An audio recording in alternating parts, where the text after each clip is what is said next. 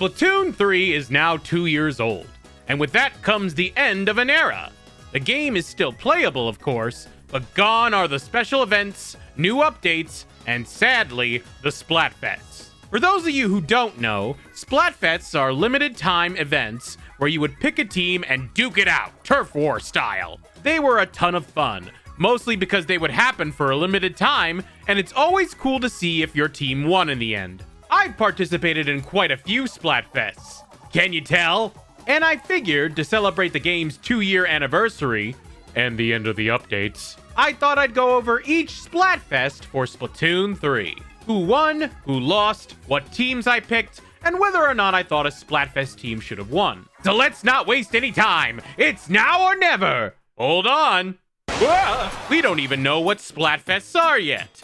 Before we actually get into this, let's go over some of the specifics to Splatfests and how they work. They're usually only 48 hours, though there are some exceptions. Each team member earns clout per match, and the more clout you get, the higher your team's chance has to win the event. How a team wins a Splatfest is judged by a percentage of a category and the amount of points they win from that category. These categories are open matches, pro matches, and eventually conch shells and other things, but that comes later. There's tricolor battles, a mode where one team defends and two attack the defender. Guess what? That factors in too. It's not just winning a bunch of matches, but locking down categories and different playstyles too. It's kind of like the Electoral College, only with a lot more ink. There's also the halftime report, where it shows which team is leading at the halfway point, which does kind of impact things in the beginning, but not really points-wise. At the end of each Splatfest, the results are tallied and we get an announcement. And your team either wins or doesn't. Rinse and repeat. Also, you get in-game t-shirts during the entire Splatfest. Any questions? No? Good. Let's get on to the Then there are the team leaders, the members of Deep Cut. You heard of the Shark Slayer? Well, how about the Megalodon Master, the self-appointed leader of the group, Shiver? Then there's an eel charmer that's sure to charm more than eels with her magnificent voice. Give it up for the dancer of the Splatlands, Roy! And finally, here he is, the man with the plan. He's the ray of sunshine in this undersea group. Give it up for Big Man! These are the members of Deep Cut, hosts of the Anarchy Splatcast, and the team leaders for each Splatfest team. This already adds more variety than the other entries that only allowed 2 options per Splatfest. Also, in case you were wondering, Big Man is my favorite. All right, I think we know what Splatfests are. Are we good? Can we do this? Let's begin with our first Splatfest, which oddly enough was a test fire. The first Splatfest happened before the games even came out, as it was basically a free demo. Which ones are best? Rock versus paper versus scissors. I chose Team Scissors not because of any strong connection or anything, but because of my big man bias. Unlike future Splatfests, this one was 24 hours only, so it was much shorter. Plus, there were fewer categories this time: votes, open match, and pro match. While Team Scissors won the halftime report and Team Paper won pro match, Team Rock ended up winning votes and open match, so Shiver ended up claiming the first Splatfest. Honestly, this one could have been anyone's game. I'm not a big advocate for rock, paper, scissors. I only chose what I chose because I like the idol, but I don't think there was a wrong choice or anything. It was a safe Splatfest to test things out on, and a great prelude to the game's actual release. The first actual Splatfest took place a little bit after launch. That's when things got crazy. Which would you bring to a deserted island? Gear, grub, or fun? As much as I wanted to represent my boy Big Man, fun? How does one bring fun to an island? Gear was the obvious choice. Unlike the demo Splatfest, this one would last 48 hours, and would also include a new category, conch shells. You see, between the time Splatfests were announced and the Splatfest itself, you could earn conch shells in the matches you played that would help contribute to your team's points. Not much, but every bit helps, right? Team Fun would be the runner-up of this Splatfest, winning the conch category, the pro match category, and even getting the halftime report lead. However, it was no match for Team Gear winning votes and open matches. Yep, my Team Gear took the fest due to point math I don't quite understand. Fry's team didn't win anything. And that isn't the last time you're gonna hear me say that. And that's a second victory for Shiver and the first victory for me. I mean, come on, it makes sense to bring gear to a desert island more than the others. Food makes a bit of sense, but eventually you'll just run out and you won't be able to get more. And fun? It's hard to have fun when you starve, big man. The next Splatfest was a collaboration with another popular Nintendo pastime, Pokémon. Celebrating the release of Pokémon Scarlet and Violet, players were asked to choose between the classic starters. What's your partner's Pokémon type? Grass versus fire versus water. I had to go with my guns and choose a water type. As most of the time I played Pokemon, I would choose starters like Squirtle, Totodile, even Quaxly. I can't betray my water buddies! This was also the first Splatfest to feature physical merchandise. That's right, they had actual Splatfest t-shirts and keychains that you could buy, so you could dress and represent your team. I regret not buying these. They were so cool. We reached the end of those fated 48 hours, and pardon the pun, we dominated like a tidal wave. Seriously, every single category, conch shells, votes, open and pro matches, even the halftime report was claimed by our team. It was such a sweeping victory, Kyogre would be proud. It was another one of those Splatfests where any team could win. I just happened to choose the winning one. Although now that I think about it, picking the water option in a game with sentient squids and other marine life, yeah, Big Man got an easy win. And so did I. Next up, to celebrate the new year, we had What is your favorite taste sensation? Spicy versus sweet versus sour. While I am a fan of spicy foods, I've had a sweet tooth for years, and it only felt right to align myself with Fry. And once again, it looked like I joined the right path. As for differences with this Splatfest, it was the first time tricolor matches became a category of their own, which meant that the winner of the halftime report was no longer locked into being the defender. Any team could attack or defend, and you didn't even have to play tricolor unless you wanted to. Also, you can take photos with members of Deep Cut on their giant floats. That's cool. While Spicy won the new tricolor category and Sour won the pro matches, good old Team Sweet won everything else. Even the halftime report. You could say that was pretty sweet for them. And not only was this another win for me, but it was also Fry's first win. Finally, she won a Splatfest. Let's hope she wins more. Yeah, it honestly makes sense for Sweet to win. There's just something wholesome about having a sugary warm cake or cookie that beats spicy burritos or sour gummies. I mean, tell me you aren't eating a sweet while watching this. The next Splatfest took place in February, close to Valentine's Day, and this match certainly fit. What's your favorite type of chocolate?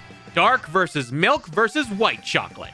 Knowing my personal taste, I chose milk chocolate. And honest to God, I thought we had this one in the bag. I thought dark chocolate was too bitter and white chocolate's probably not that good.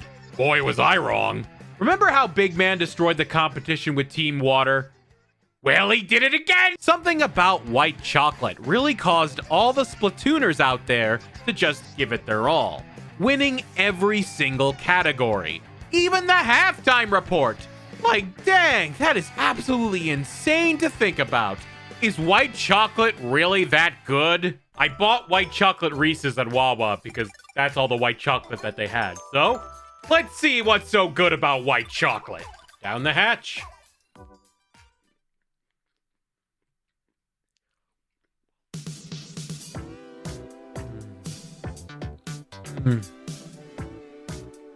I mean, it's fine. It's alright.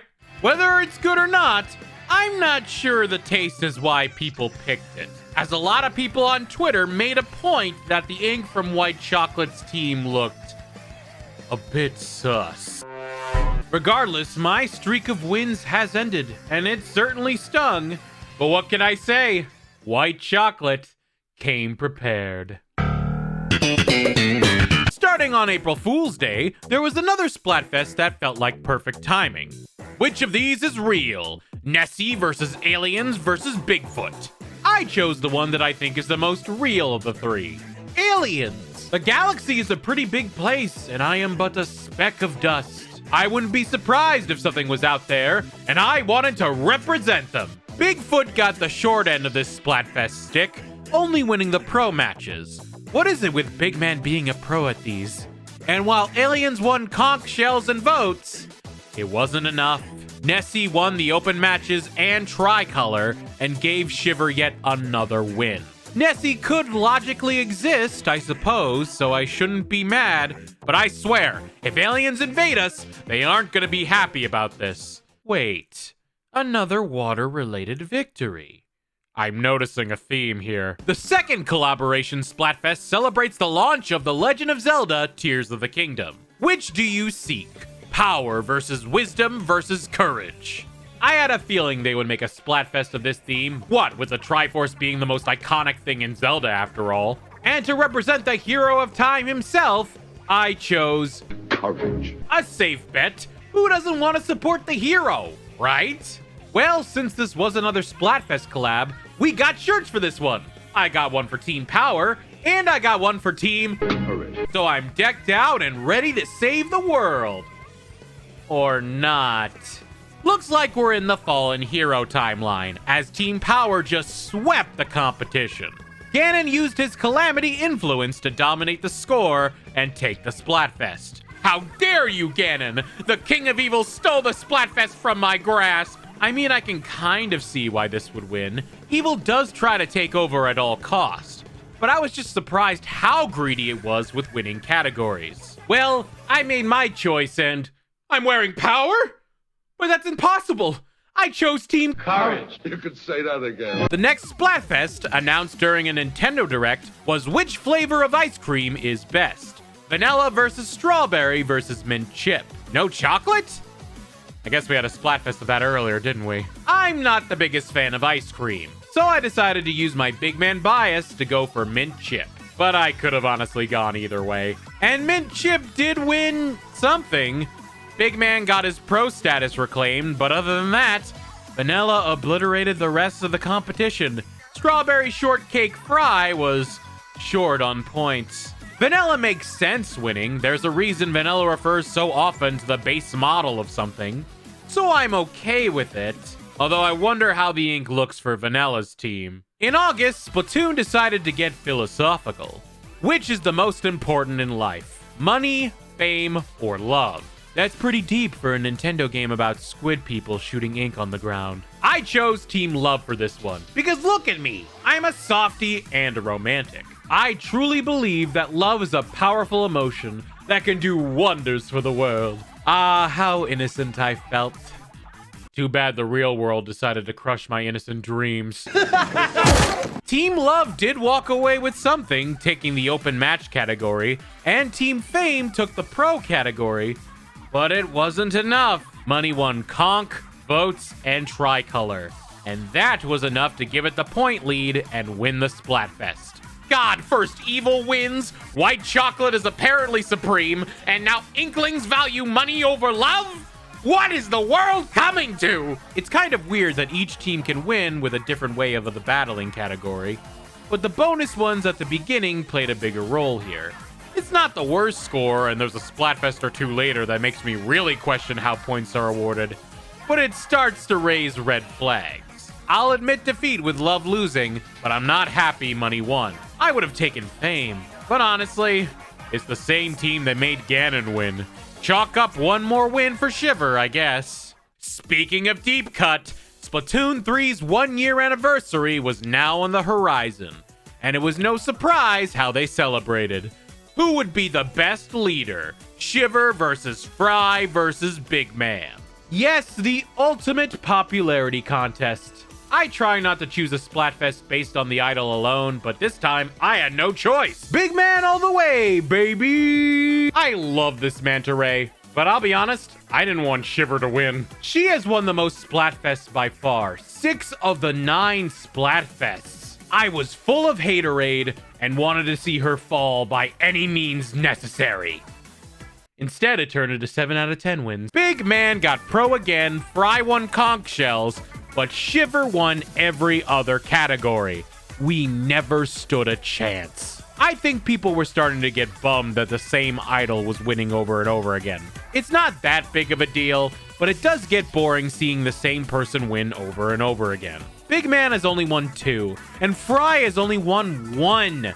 It almost makes people want to pick Shiver automatically, just because she's won so much. It's a little disheartening, to be honest. After that, it was time for Splatoween, the Halloween-themed event, which would be the ultimate friend. Zombie versus skeleton versus ghost. I was stuck between ghost and skeleton, but in the end, I decided to go with spooky, scary skeleton, which looking back, may have been a mistake. This was a huge event for sure. The title screen having the Splatoween logo, and the plazas looking extra spooky and scary. This is also the first time the idols, Deep Cut, and the Squid Sisters, if you had the DLC, would have special outfits. And they were pretty cool looking. Why does Big Man look like Oogie Boogie? It's awesome. You could also get some cool items in-game, and there was special new music too. It was an awesome event, and the first for many seasonal ones. But who cares about that? You care about the scores! Maybe. Looking back at this one, I think Team Skeleton kind of got boned here. Not only did they win both the Clout and the Pro, they even got the halftime report too. You'd think with this it could win, right? But nope.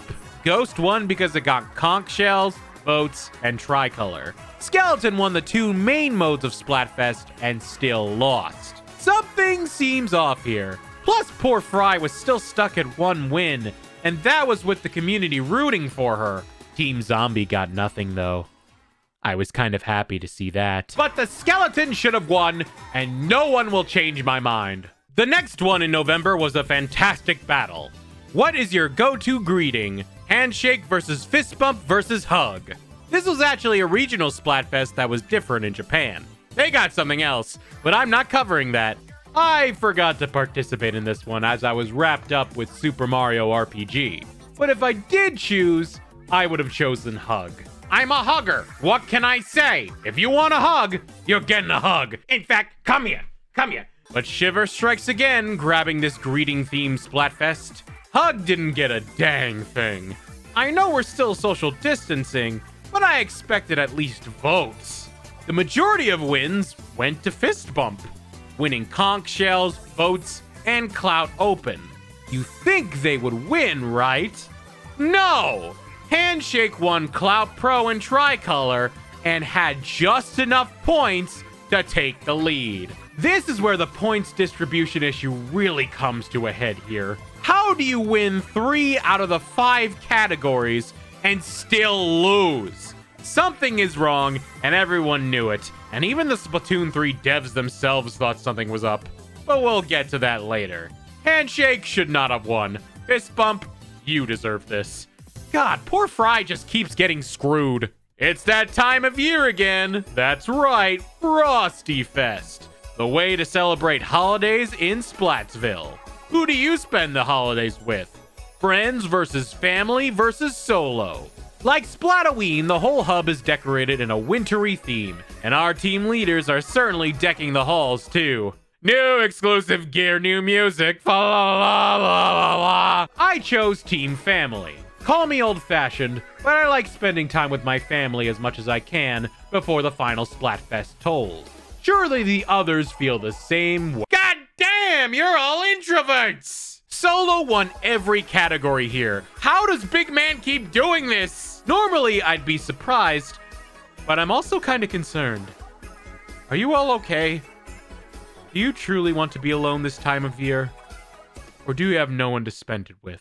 Do you wish you weren't alone? Do you long for the feeling of companionship? Someone to open presents with? Someone to enjoy a feast with? And maybe, just maybe, a friend or family member to share the joy of Splatoon 3. Nah! The next Splatfest we got was on the 17th of February, and focused on something we all know about. Days! What's the best day of the weekend? Friday versus Saturday versus Sunday. I forgot this one too, and honestly, I'm not sure which one I would pick. Maybe Friday because it's the start of the weekend. Maybe Saturday because it's snug in the middle. And maybe Sunday because big man. It would depend on a lot of things. Wait, who won this one again?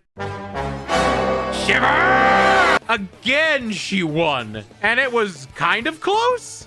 Sunday won Tricolor in the halftime report. Saturday won Conch Shells and votes. But Friday won Clout Open and Clout Pro. The point math confuses me so much. But it got Shiver another win. I think even the devs were getting sick of this, because the next Splatfest changed a few things. March began a new dawn for Splatfests. Which instrument would you play? Drums versus guitar versus keyboard. This Splatfest was different because not only would teams be awarded much more points for each category, but also points would be awarded to second place too, which would certainly turn the tide on things. I did not choose a team this one. Maybe I was distracted with Princess Peach Showtime. Maybe I just lost interest. But if I were to choose, I would choose keyboard. Because I used to take piano lessons back in the day. I was a bit rusty. Well, things weren't rusty for the keyboard team. Gosh dang, if I picked that team, I would have cooked. Drums got conch shells, guitar got votes, but keyboard got everything else, even the halftime report. Combined with the fact it won second place for most of the categories, that led to some major success. The next month had another event, Springfest, to celebrate all things spring in a fest. It's spring, a time of fluffiness. Baby chicks versus little bunnies versus bear cubs. Look at these icons, they're really cute, and they remind me of something I'd see in an Easter basket. I didn't participate in this one either. I'm sorry, the life of a content creator is pretty busy. Though if I did choose, I would have chosen bear cubs. Sure, it's the least Easter one you expect, but look at that cute bear. Springfest had everyone looking their spring festus, with a spring-themed hub area, exclusive gear, and Shiver Fry and Big Man looking like gummy candy. Baby chicks won Clout Pro, while little bunnies won most votes and the halftime report. But the clear winner was Bear Cubs, taking conch shells, Clout Open, and Tricolor. You heard those results, forget the bunny or chicks. This Easter is for the bears. Looks like it's time for another philosophical Splatfest. What would you do at the world's end? Same old versus bucket list versus save the day. I chose bucket list because life is short. And if it's made shorter by the world ending, there's so much to do and see. I haven't been to Venice, I've never seen A Christmas Story, I just discovered white chocolate. Save the Day didn't win anything, but it got some second place points so the team wasn't totally defeated. Same old got conch shells and Clout Pro, but the good old bucket list got votes, Clout Open, and Tricolor. Finally, got a win. Been a while since that happened. Also a while since I played one, but yeah. Honestly, it makes sense that this won. Like, if you had a limited time, you'd want to make the most of it. Not do the same thing as always. Live your life, eat pizza, make YouTube videos. Do something. Also, Fry finally won a Splatfest again. She hasn't won one since she won Sweet. It's been way too long. But she deserves it, and I'm glad I could celebrate this victory with her. The middle of July means more summer nights. A seasonal Splatfest for summer. Summer lovin' had me a blast. You know how people rent places for summer parties? Splatoon asks, which would you reserve for a day? Palace versus theme park versus beach. I forgot to do the Splatfest again, but if I did do it, my obvious choice would have been beach. I mean, I live in New Jersey. Beaches are one of our many tourist traps. Plus, the beach is my favorite of the three. Palaces are too expensive, and theme parks are too noisy. Once again, we have a decorated hub area, exclusive gear, big man in a watermelon outfit. You know the drill. This video is too long. Let's get splatting. Beach won, baby! Palace won conch shells, theme park got votes and Tricolor, and the halftime report. But beach won Clout Open and Clout Pro, plus getting runner-up in other categories. Got it to win 100 points more than theme park. Take that, overpriced carnival rides. Nothing beats sand, water, and seagulls eating your fries.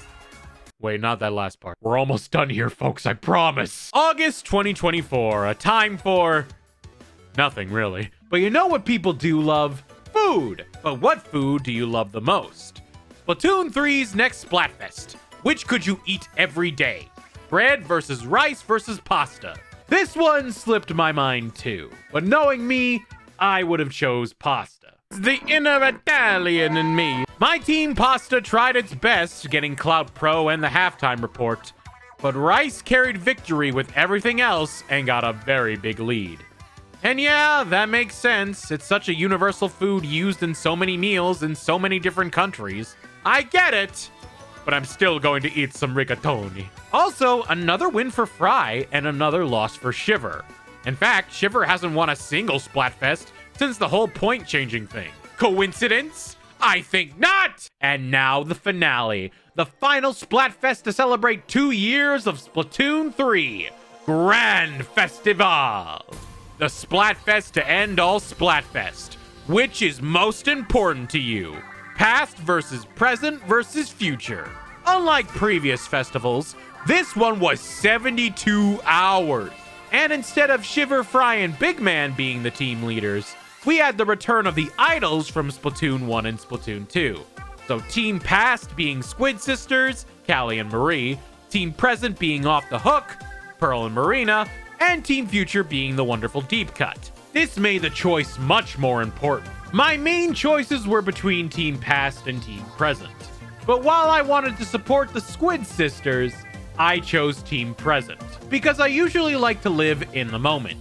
And one of the series' staple songs since the beginning is Now or Never. It felt appropriate to follow Master Oogway and support the gift that is Team Present. Also, I get to support my favorite lesbians. Gay as the 4th of July! You thought the changes in Theme Splatfest went crazy? Oh man, the Grand Festival took it to a whole new level. You get taken to a literal music festival where there are 3 different stages and each group performs one of their many, many songs. Watching them with a crowd of jellyfish cheering in the crowds almost felt like a real concert. Then, once halftime happened, all 7 of them performed the song 3 Wishes. A magical performance with lights and sounds and bright silver costumes and Big Man with a mohawk! It's truly beautiful, and it even made me a little emotional as a Splatoon fan. They didn't have to go this hard with everything, but they pulled out all the stops for the final Splatfest, and it was such a great way to end it off. Oh yeah, let's talk about who won. Team Future won nothing. Literally, they didn't even get any points, which makes sense. We were all kind of done with Deep Cut by this point. Team Present did win conch shells and boats, but with Past winning Cloud for opening and Pro and Tricolor, even getting the halftime report, they easily took the victory. Can't say I was surprised. A lot of the veterans of Splatoon 1 probably went on their side. While I rooted for Team Present, I'm not mad because in the end, everybody won this Splatfest. Because we got to honor a game that made us happy and brought us together for 2 years. And what a wonderful game it was. And so, that wraps up the Splatfest for Splatoon 3. Let's look at the stats. When it comes to individual team members, the most wins went to Shiver, winning 9 Splatfests. That's nearly over half of them. Big Man won 7 and Fry won the least with 3. Fry really didn't do too well, huh? As for me, with all the Splatfests I entered, I won a total of 8 Splatfests out of 20. My average was pretty bad too. But what matters is participating in these, as these were great moments in Splatoon history. It was a fun way for the community to get involved, and it's always interesting to see which team wins. While it's sad to see them come to an end, I'm glad I got to be part of them. And I can't wait until the next game, where I'm sure there will be even more Splatfests. Until then, long live Splatfest, whether they be in the past, present, or future. Until then, maybe I can go over the other Splatfests, like the ones in Splatoon 1 or Splatoon 2. Might be a good video idea if this one does well. We shall see. Now, if you'll excuse me, I'm off to try some more white chocolate. Why is white chocolate good? Thank you so much for watching all the way to the end. If you like what you saw, be sure to hit the like button, leave a comment, and maybe check out my other videos too. Special thanks to everyone who helped me out with the video. I couldn't have done it without all of you. Also, an extra special thanks to my Patreon patrons, including Mantelferox and Savacom. Thank you for all your support, and you all mean so much to me. If you'd like to join the Patreon, the link is in the description below, along with my Twitch and Instagram. Thank you so much for watching, and I'll see you all in the next video. Have a good night.